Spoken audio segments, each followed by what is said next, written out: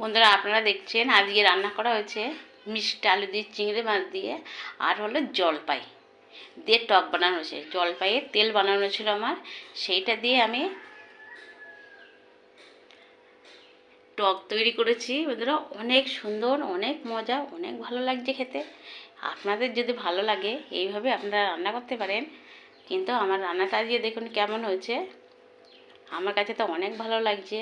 এবার আপনাদের কাছে যদি ভালো লাগে আপনারা ঠিক এইভাবে রান্নাটা করবে।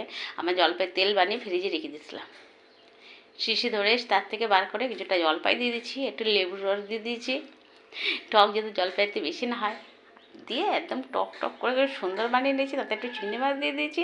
অল্প টাইমের মধ্যে অনেক সুন্দর একটা টক বানানো হয়ে গেছে মিষ্টি আলু দিয়ে, জলপাই দিয়ে। এখন আপনাদের এইভাবে ভালো লাগলে আপনারা এইভাবে বানিয়ে খেতে পারেন। আর লাইক, কমেন্ট, শেয়ার অবশ্যই করবেন। আর কোনো বন্ধুদের নতুন চ্যানেল খুলে থাকেন তো অবশ্যই করে সাবস্ক্রাইব করে দেবেন। আর আপনাদের বন্ধুবান্ধবদের কাছে আমার এই চ্যানেলটা আপনাদের বন্ধুবান্ধবের কাছে আমার এইটা শেয়ার করে দেবেন। আর মন যা চাই 2.0 থেকে তাদের সময় আমি ছিলাম সাথী। আজকে অল্প একটু দেখিয়েছি। আজকের মতন বাই, টাটা।